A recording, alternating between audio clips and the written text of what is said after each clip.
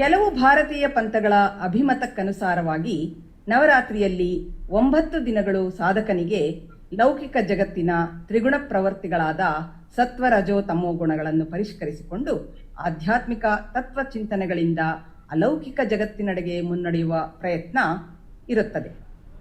ಮೊದಲ 3 ದಿನಗಳಂದು ತಮೋಗುಣವನ್ನು ಕಡಿಮೆ ಮಾಡಲು ಮಹಾಕಾಳಿಯನ್ನು, ನಂತರದ 3 ದಿನಗಳಂದು ರಜೋಗುಣವನ್ನು ತ್ಯಜಿಸಲು ಮಹಾಲಕ್ಷ್ಮಿಯನ್ನು ಮತ್ತು ಕೊನೆಯ 3 ದಿನಗಳಂದು ಬ್ರಹ್ಮಜ್ಞಾನಾರ್ಜನೆಗಾಗಿ ಸತ್ವಗುಣಿ ಸರಸ್ವತಿಯನ್ನು ಪೂಜೆ ಮಾಡುವ ಬಗ್ಗೆ ಸಾಕಷ್ಟು ಪುರಾವೆಗಳಿದೆ. ನವರಾತ್ರಿಯ 6ನೇ ದಿನವಾದ ಇಂದು ದೇವಿಯನ್ನು ಕಾತ್ಯಾಯಿನಿ ಸ್ವರೂಪದಲ್ಲಿ ಆರಾಧಿಸುತ್ತಾರೆ. ಪುರಾಣಗಳ ಪ್ರಕಾರ ಹಿಂದೆ ಮಹರ್ಷಿ ಕಾತ್ಯಾಯನರು ಕಠಿಣ ತಪಸ್ಸನ್ನು ಮಾಡಿ ದೇವಿಯ ಒಂದು ಅವತಾರವು ತಮ್ಮ ಮಗಳಾಗಿ ಬರುವಂತೆ ವರವನ್ನು ಕೋರಿಕೊಂಡರಂತೆ.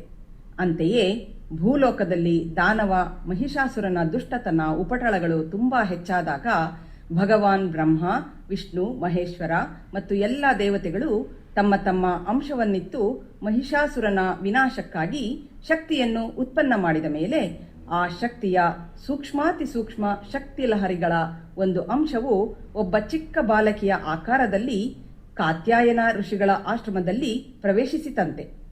ಈ ಬಾಲಕಿಯನ್ನು ಕಾತ್ಯಾಯನ ಋಷಿಗಳು ತಮ್ಮ ಸಂತಾನವೆಂದು ಪರಿಗಣಿಸಿ ಅವಳನ್ನು ಕಾತ್ಯಾಯಿನಿ ಎಂಬ ಹೆಸರಿನಿಂದ ಕರೆದು ಮೊಟ್ಟ ಮೊದಲು ಅವಳ ಪೂಜೆಯನ್ನು ಮಾಡಿದುದರಿಂದ ಇವಳು ಕಾತ್ಯಾಯಿನಿ ಎಂದು ಪ್ರಸಿದ್ಧಿಯಾದಳು ಎಂದು ಪುರಾಣಗಳಲ್ಲಿನ ಉಲ್ಲೇಖ.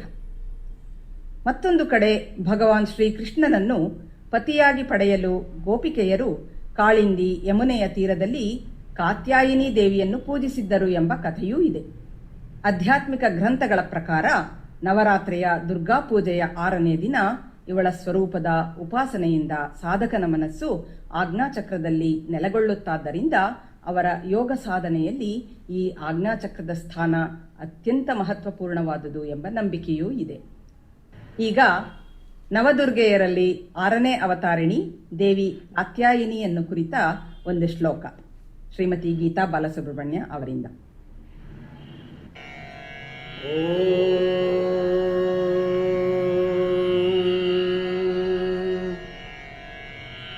ಚಂದ್ರಃ ಸೋಜ್ವಲಕರಾಗ ಚಂದ್ರಃ ಸೋಜ್ವಲಕರಾ ಶಾರ್ದೂಲ ವರವಾಹನ ಚಂದ್ರ ಹಾಸೋಜ್ವಲಕರಾ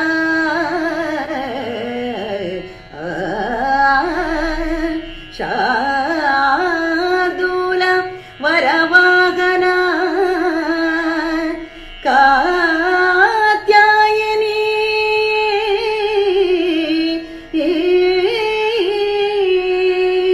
ಶುಭಂ ಕಾತ್ಯಾಯಿನಿ ಶುಭಂ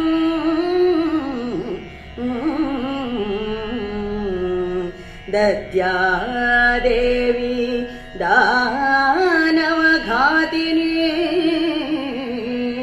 ದದ್ಯಾ ದೇವಿ ದಾನವಘಾತಿನಿ ದದ್ಯಾ ದೇವಿ ದಾನವಘಾತಿನಿ